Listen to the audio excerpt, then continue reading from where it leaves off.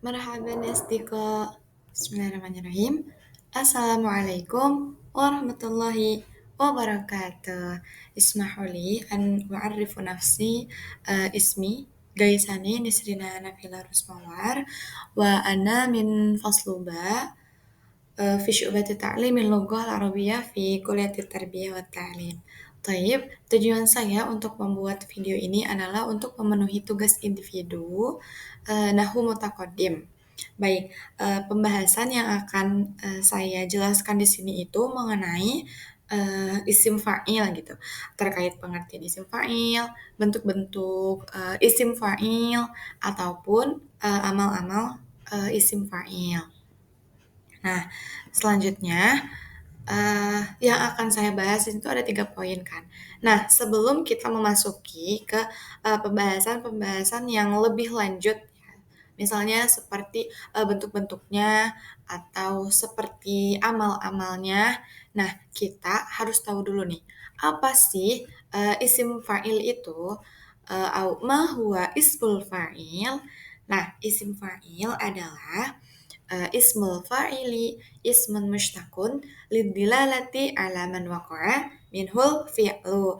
Nah, yang dimana isim fa'il ini adalah isim mushtaq yang menunjukkan kepada pihak yang melakukan fi'il atau pihak yang melakukan kepada perbuatan. Nah, di sini dicontohkan nih teman-teman. Contohnya itu ada nama rojulu fahuwa naimun. Nah, telah tidur seorang lelaki itu, maka ia adalah orang yang tidur.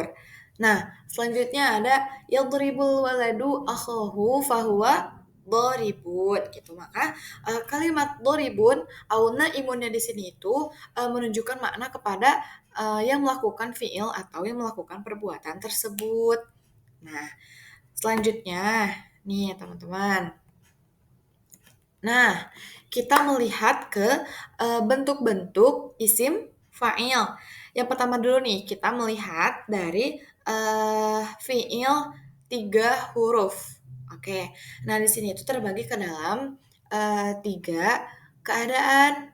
Nah, yang pertama itu ada isim fa'il dari 3 huruf yang terbentuk dengan wazan fa'ilun. Nah, apabila nih, yang pertama ya, ain fiilnya itu huruf alif, maka jika ain fiilnya itu huruf alif, yaitu harus dirubah menjadi huruf hamzah gitu.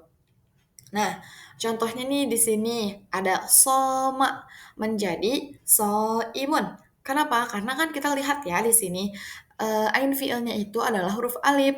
Coba kita melihat dulu nih huruf so ini tuh kan sebagai fiilnya.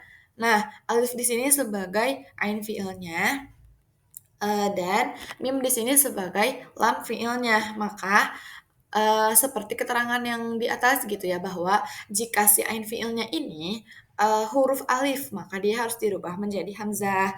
Nah, seperti contoh-contoh selanjutnya, koma menjadi koimun. Kemudian kalimat ba'a menjadi ba'yaun. Baik, selanjutnya yang kedua, keadaan yang kedua, apabila fiil yang ain fiilnya itu didomahkan. Nah, kita kan melihat ya di keadaan yang pertama. Kalau yang pertama itu kan ain fiilnya yang berupa huruf alif gitu ya. Nah, kalau sekarang mah kita melihat fiil yang si ain fiilnya itu didomahkan. Contohnya seperti dha'ufa, kemudian ada sa'uba, kemudian ada jamula. Nah, seperti itu. Kemudian, keadaan yang ketiga. Nah, adapun apabila nih fiil yang ain fiilnya itu dikasrohkan dan yaitu lazim. Oke, yang ketiga ini dikasrohkan ya. Nah, yang sebelumnya kan kita melihat bahwa ain fiilnya itu didomahkan ya, teman-teman. Nah, kalau ini tuh dikasrohkan. Contohnya seperti fariha yang dimana ain fiilnya dikasrohkan seperti fariha. Nah, ro-nya di sini dikasrohkan. Terus ada hamiro, ada altisya. Taib. Selanjutnya, bentuk-bentuk isim fa'il yang kedua, yaitu dari fiil yang lebih dari 3 huruf. Nah, kalau yang sebelumnya kan dari fiil yang 3 huruf saja. Nah, kalau ini itu, eee, contoh yang lebih dari 3 huruf si fiilnya. Nah, isim fa'il yang dari kalimat fiil atau yang lebih dari 3 huruf ini itu dibentuk secara mutlak dengan wazan mudhari'nya. Nah, di sini itu dengan merubah huruf mudhora'ahnya menjadi huruf mim. Nah, kemudian yang didomahkan dan mengkasrohkan huruf sebelum terakhirnya. Oke, jadi kesimpulannya, jadi di fiil yang lebih dari 3 huruf ini tuh mengganti ya huruf mudhora'ahnya menjadi huruf mim. Nah, kemudian ini tuh wajib sekali teman-teman, huruf terakhir atau huruf huruf terakhirnya itu kan harus kayak tanwin gitu ya. Kemudian nih, si huruf yang sebelumnya itu wajib dikasrahkan karena memang sudah seperti itu kaidahnya. Contoh nih, contoh.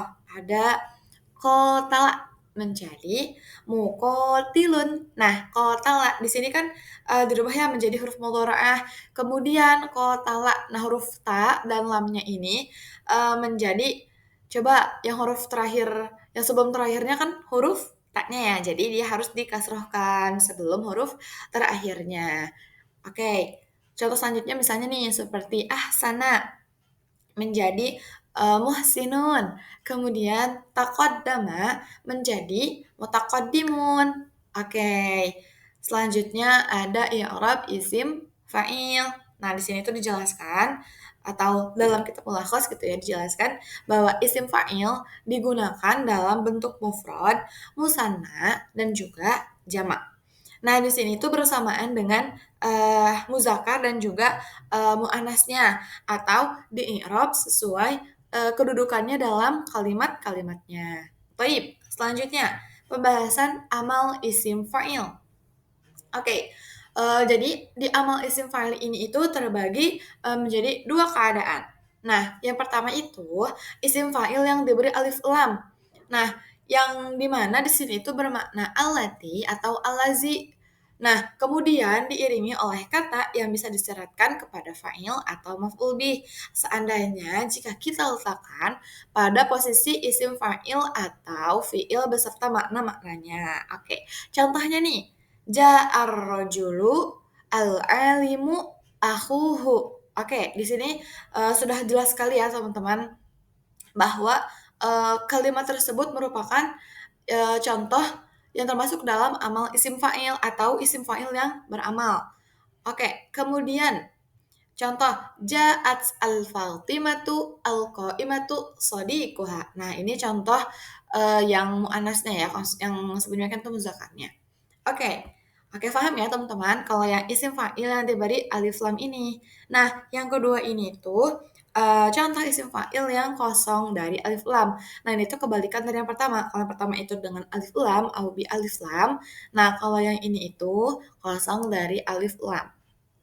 Nah, tapi nih kaidah atau syaratnya yang kosong dari alif lam ini itu eee, yang sebelumnya itu harus harus banget ya teman-teman kayak hurufnya itu yang disandarkan kepada nafi, istifham, mubtada, atau juga disandarkan kepada mausuf. Oke, contohnya yang pertama, saya mencontohkan huruf sebelumnya itu mmm, nafi ya, nafi. Oke. Selanjutnya itu, Nafi, misal nih, misal.